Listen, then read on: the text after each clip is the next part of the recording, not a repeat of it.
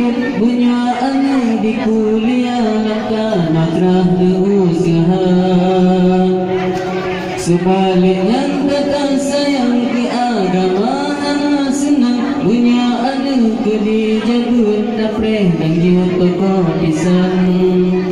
Laginya cara semikir cermin jahilan Allah murka kepulaut raya dengar ke anak lama jahil dan agama tak pernah tapi lutan jibutna tapi jitan salah bapa sang ayah dan pemang. Kadang takun cahaya anak batu kakak sembahyang tanya ayah kadang hudik sapa maghrib baat kendang. Angin jamun tamsi gebok patah duruh du'un tubek tamsi bau tanya gebok anjing duruh baperget. Laginya cara semikir cermin jahilan Allah murka kepulaut raya dengan git anak lama jahil tanah agama kepu-kepuana nan awan anak lam lebetan mutume tanan bata pularang.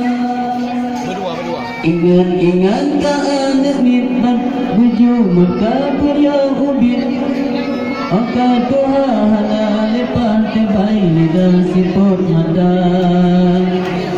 Yona tiga dengan kungan peng saguna sokira upesantren guru ngajit kuluhu hukum riba pengadengan ayah kirmen cidah harap gata bunga ubur pengetan ampun araya punya pangkai doha kepu-kepuana nan awan anak lang lebetan mutume tanan bata pularang. Ingat-ingat yang ademit anak kuruna yang ubit mangkang sajan tanya lekit mangkang jedwin pandah dua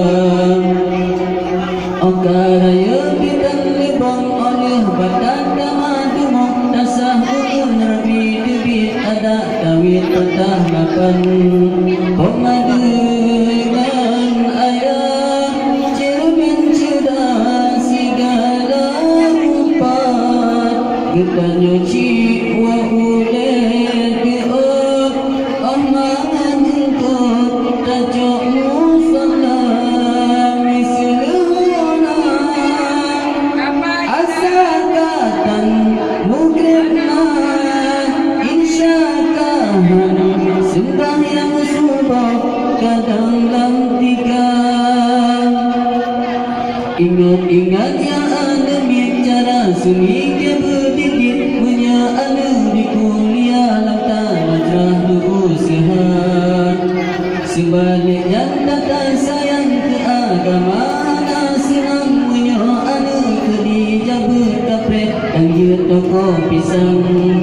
Laginya cara semikir cermin jahil ba Allah murka kepulaut raya dengan anak lama jahil tanah agama tak pernah tapi jitan jibutna tapi jitan salah bapa sang ayah dan pemang. Kadang takun jahil agam betul kah kasih bahaya tanya ayah kadang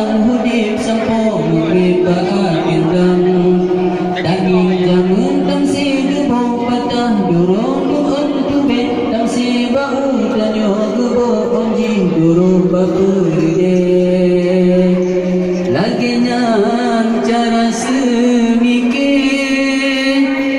ciri menjahil ba Allah murka kepula